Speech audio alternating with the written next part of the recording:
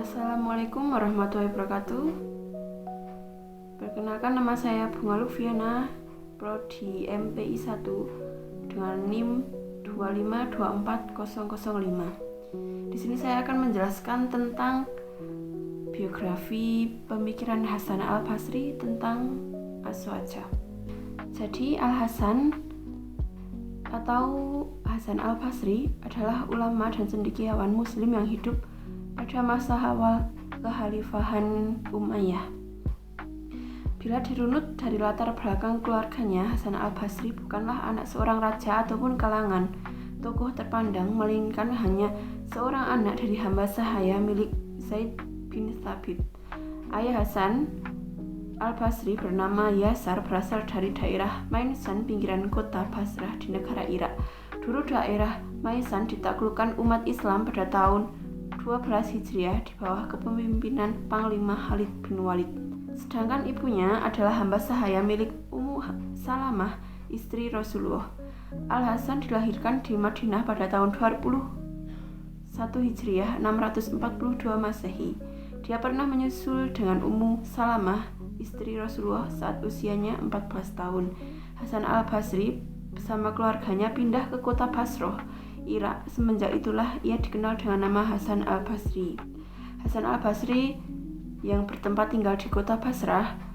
Dikala itu Basrah merupakan kota keilmuan yang pesat peradabannya, sehingga para tabi'in yang singgah ke sana untuk memperdalam keilmuannya. Kehidupan keluarganya di Madinah yang berlangsung selama lebih kurang 16 tahun sejak kelahiran Hasan Al-Basri sampai dengan perpindahan keluarganya ke Basrah memberi warna tersendiri bagi perkembangan pengetahuannya.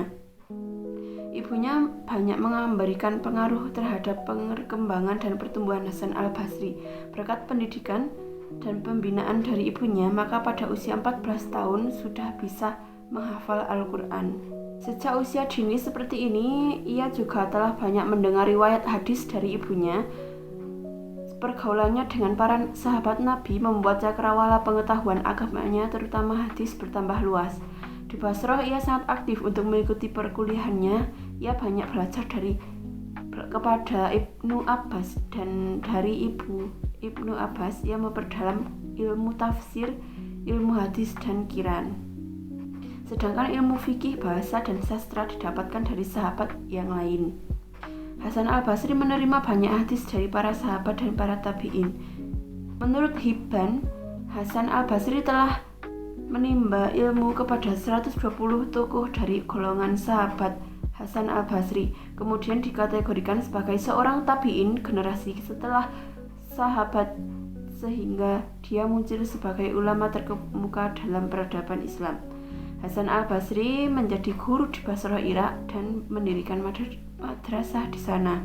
Hasan Al-Basri memiliki wajah yang sangat tampan, kecerdasan dan daya ingat yang sangat kuat, serta nalar yang sangat tajam. Pemikiran Hasan Al-Basri juga mencakup pandangan tentang kebebasan kehendak manusia dan tanggung jawab moral.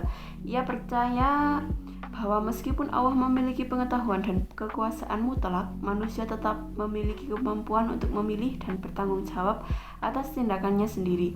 Pandangan ini menjadikannya sebagai salah satu pelopor dalam diskusi teologis mengenai qadar dan kebebasan manusia. Salah satu pemikirannya yang paling menonjol adalah tentang konsep takwa dan pentingnya hidup yang penuh kesadaran akan kehadiran Tuhan. Ia sering menekankan betapa pentingnya menjaga hati dan pikiran dari godaan duniawi dan mengarahkan hidup berdasarkan petunjuk Al-Quran dan Sunnah. Selain itu, Hasan Al-Basri dikenal karena kritik sosialnya terhadap perilaku berlebihan dan kemewahan di kalangan penguasa serta elit masyarakat. Ia mendorong umat Islam untuk hidup dalam kesederhanaan dan saling membantu sesuai dengan semangat keadilan sosial yang diajarkan oleh Islam.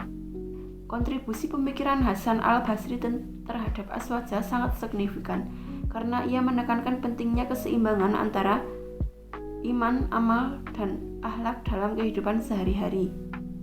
Warisannya dalam dunia Islam tidak hanya terbatas pada masa hidupnya, tetapi terus mempengaruhi generasi-generasi berikutnya dalam memperkuat fondasi toleransi, moderasi, dan keadilan dalam beragama.